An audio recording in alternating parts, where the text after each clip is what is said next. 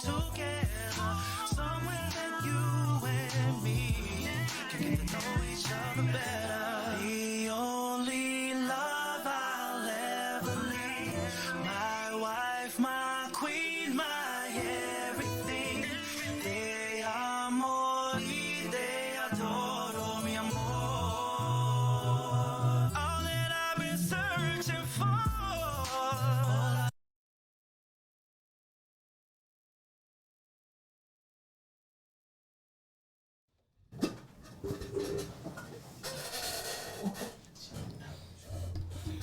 Somebody would just love me enough to bring me some fucking WD-40 for my chairs. We wouldn't have that squeaking problem. I think I got some WD-40. Everybody always got some, but they don't ever bring it here. Anywho, I might let bring me it go tomorrow. live to the live. Depending on what I remember. www.love2jamradio.com. It's going down this Thursday, and y'all know on Thursdays we do Jam It Up Grammy. We got a couple dope topics tonight. I'm comedian Rellos, the co-host. I'm gonna pass on over to the host, Miss Lovey, the queen of all things indie. Say what up to the people. What's going on? Y'all know it's the queen of all things indie, Miss Lovey. It is Thursday. I was waiting for today. I missed you, motherfuckers. What you been up to, Lovey? What you been up to? What Lovey been doing? Well, I've been just shooting around, doing a little of this, a little bit of that, getting my 2020 geared up. I got a lot of opportunities on the table. Got some special guests coming through. Okay. You know, I'm more of a doer instead of a sayer, and I don't believe in all that capping and all that foolishness. No. We used to say like, hey, this is what we're about to do next, but then people start trying to beat us to that source. So we stopped doing that because it's like, hey, you know, when we go finally meet with the person, they be like, well, such and such reached out to me. And who is this? Well, do you know this person? Because they say they know you. And so we just have to stop announcing what we had going on. But 2020 is going to be great. Yes. And Rip the Mic is going to be coming on tonight. That's $1,000. Yep, $1,000 is on the line. And like sign I up said. is still open. Make And sure you mention Love the Jam or Miss Lovey when you are signing up so they'll know where you heard about it at. We're going to be in the building. And if you mention that you heard about it from us, we're going to rock with you as an artist. So indeed, we will. it's a plus for you. We're going to try to make sure you win that $1,000. One stack? Yeah, so what's 10% of that? Just shoot us 100. Let the Shoot Lord us use you. It's the Christmas time. What I wanted to talk about was a couple stories. Shout out to Mr. Charles. He be keeping me up on what's going on out here in the media and whatnot, even other than stuff that I see. But the main thing that I see on my timeline is uninformed or uncertainty about a political situation involving the president. And I feel like people are uneducated and they're making these posts and it makes them look stupid and sound really ignorant to a person who is familiar with the government and how it works. You know, like I saw people in Celebration and they're like, oh, we're impeaching the president. I'm like... But the Senate still got to vote. The Senate still has to vote, but the Senate is majority. Okay, let's be smart here.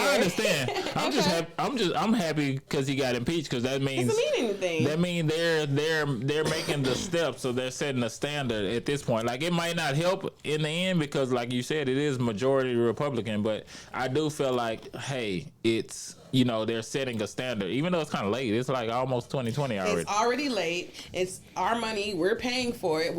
Taxpayers pay for the investigation, the courts and all that other fees and all that shit. We're paying for them. And our lawmakers ain't did shit the past few months. So I'm going to go and put that out there like that. Because all they've been talking about is... It's the election time. They can go find something to do. Go help the people. Go get back to your communities. No, people are focused... Those people are focused on being reelected. It's election time. People are trying to find their places. They're not worried about what's going on in the community. They're worried about what the community thinks is going on so that they can hop on that bandwagon and promote it so that people will think that they support their cause and then they'll get the voters or whatever. So, you know, I don't talk about it a lot because I don't like it, you know, the whole structure of it. I feel like it's something that's been in place for a long time and it should have evolved with us as a society and gotten less or better rather than getting worse and more corrupt. You know what I'm saying? It should have got more better by now. Right, because there's always loopholes and there's people that dance around the law. In between the law, there's a loophole here and there and everywhere there's loopholes. So niggas is walking away, niggas is getting locked up for silly shit. Matter of fact, we were talking about Tekashi 6ix9ine. Did you hear about that? I heard that he was getting out soon. I didn't find out exactly when, but I know he got sentenced to 2 years and he's already been in there for quite a while. So his soon is probably a whole lot sooner than people think. Right, and you know he also got signed to a record deal while he was incarcerated. So is they gonna protect him? It's not about protection. It's just the point that he got signed to a record deal while he was incarcerated. That just like, it's all about the money. Exactly. It just. I don't want to say. I don't know. It just repeats the same ignorance, the same shit, and people see this shit and think that this is what they got to do. It's like. But he got a story now. He done been locked up. He got something to rap about. He's bought and sold like he's a puppet. You know what I'm saying? But anyway, there was another lady who's locked up now. And I think she's in juvie, obviously. Mm-hmm. She faked her own kidnapping. That was a young black girl, right? A young black girl. She wasn't black. She was Honduran. All right. And her mom was saying she was going to send her back to Honduras. So instead of her just going back to Honduras, she stages a kidnapping where these people jump out of a van and, like, it's recording on a security camera, and they push the mom down and they snatch her and she jump off, whatever. Mm-hmm. And so the media is going crazy. Everyone's like, oh, my God, this girl gets snatched. It's human trafficking and all this is going on. And kind of find out, the girl is found, and she planned it herself, and she didn't want to go back to Honduras.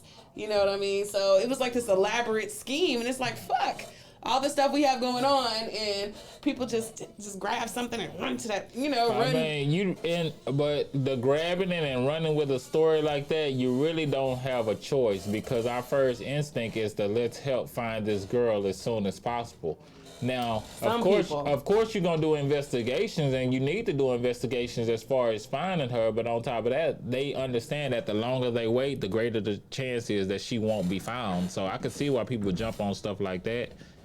I mean, but you don't know the whole story on stuff like that. But now we know the whole story. We can say like, hey, she fucked up. That shit was stupid. It was stupid on her part. But us as a society, our natural reaction should be to, hey, what kind of car was she by? What kind of van was in? And stuff like that. But I guess it's more about why was your mama sending you back to Honduras? Like, what in your mama head said that Honduras is better than America? She was doing too much, apparently. Yeah, she was probably out here wilding out, so she needs to take her wilding out ass right back to Honduras and wild the fuck out. Yeah. There was another young lady who was running away. Did you hear about that? She was in it. She got in an airplane or something, and she stole the airplane, and she was trying to run away. So a person who wasn't a pilot and had never flew a plane a day in their life, but have seen movies of all the controls in the cockpit. Right, can't drive a car. And said, you know what, today I'm about to steal a plane. How was you gonna land that plane? Even if you would have got it off the ground, what was you gonna YouTube some shit? Let me YouTube this. How you know when you flying on the right wavelengths to make sure you're not too high or too low in there? Obviously, she didn't think it out. How you know you ain't reporting this shit and you in the air and you come up on somebody's radar and they not gonna shoot your ass down? I cannot. Because that's the only thing I can see happening. You might be flying successfully, but you can't report in like as a plane, so you're probably gonna get shot down. Right. So.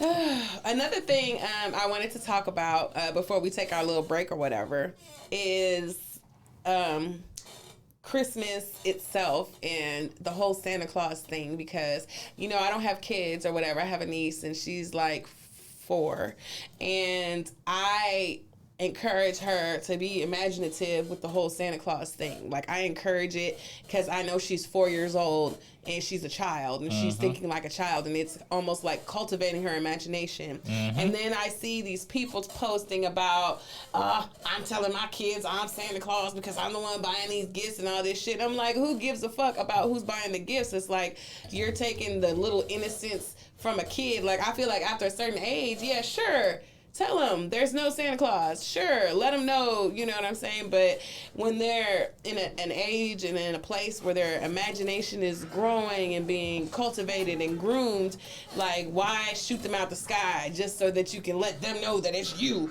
You know what I'm saying? That's some egotistical shit. I think what people forget, though, is children are supposed to have creative minds. And the more you feed into them, the more they're going to think and be more creative. And as they learn, they'll learn themselves out of stuff like that. They'll learn, like, Santa Claus isn't real. My mom and dad are working hard to give me this stuff. But sometimes you got to just let them enjoy that moment, because it gives them hope. A lot of times we can't give a kid hope. It's something that they naturally have, but you have to place those things in front of them so they'll hope for. And Christmas is one of those things that they hope for. Now, even if you don't even believe, and you know, there's people like, everybody knows holidays, and I'm like, come on, man. Everybody knows Santa ain't real. Let's go and put that out there. But I'm not telling my kid. I'm not telling my like when they old enough to realize it. That's cool. That's what I'm saying. Like my youngest kids. girl, she thinks Santa is real, but she know where the gifts come from.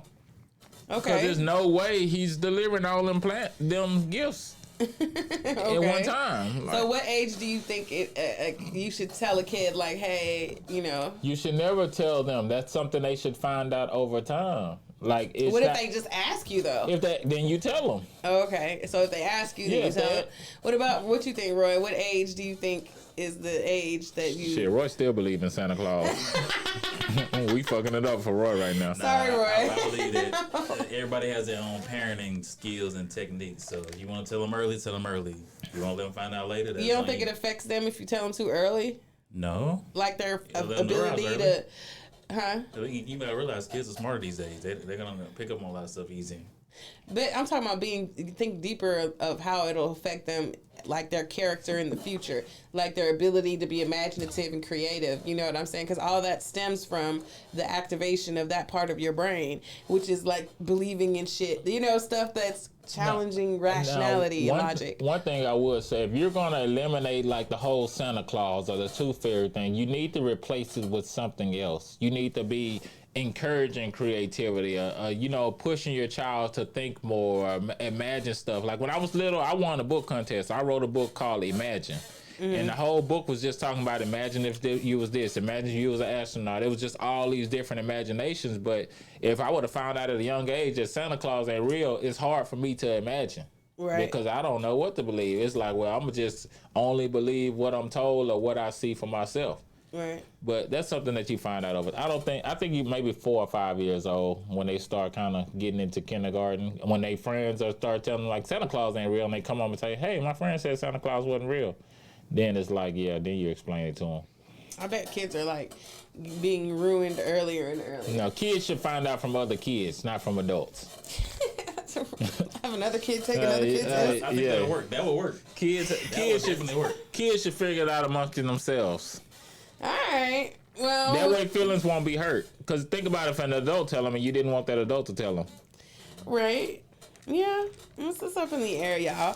I don't know what y'all think, but we're going to get back to it. We got some new independent music coming right up for y'all. We got B Banks, Best Mode coming up. We got Ashton Guestless and one of my favorite songs by KO, The Conspiracy, called Perfect Mixture. Yeah. So make sure you guys keep it right here. Love the Jam Radio, www.love2jamradio.com. I'm Miss Lovey, and we'll be back.